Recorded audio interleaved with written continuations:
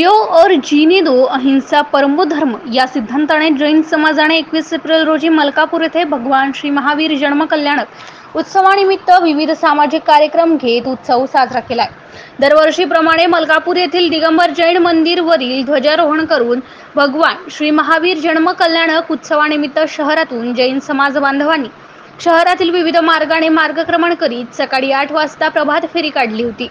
प्रभात फेरीमध्ये समाजातील जैन समाजातील गुरु महाराज, वृद्ध पुरुष, महिला सर्वांनी सहभागी होत भगवान महावीरांच्या सिद्धांतावर धर्म भजने म्हणत ढोल ताशे बँड तालावर जैन बांधवांनी भगवान महावीरांचा जयघोष करत मलकापूर शहराच्या मुख्य रस्त्यावरून मिरवणूक काढली।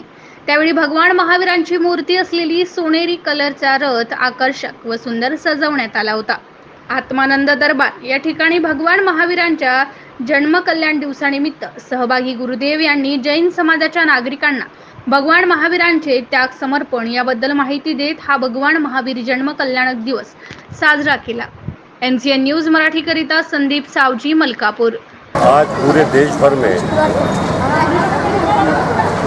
महावीर स्वामी जी का जन्म कल्याणक महोत्सव बड़ी धूमधाम के साथ मनाया जा रहा है और हमारे मलकापुर नगरी में भी सकल जैन समाज ये बड़ी धूमधाम के साथ में महावीर स्वामी जी का जन्म कल्याणक उत्सव मना रहे हैं।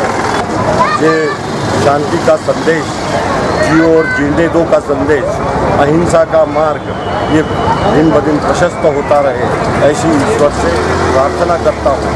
और साथ ही साथ एक व्यसन मुक्त समाज निर्माण करना जो हम सब लोगों का उद्देश्य है वही होना चाहिए, उसके लिए सब प्रयासरत रहे। इतना ही कहते हुए अपने शब्दों को विराम देता हूँ। सभी जीवों का कल्याण करने वाला से परमात्मा महावीर स्वामी का जन्म कल्याणक है और आप महावीर जयंती बोलते हैं। जन्म मरण के फेरे टल गए हैं। देखो ऐसे भी हिंदू धर्म में राम तो राम जयंती बोलते हैं, कभी क्या बोलते हैं? राम नवमी।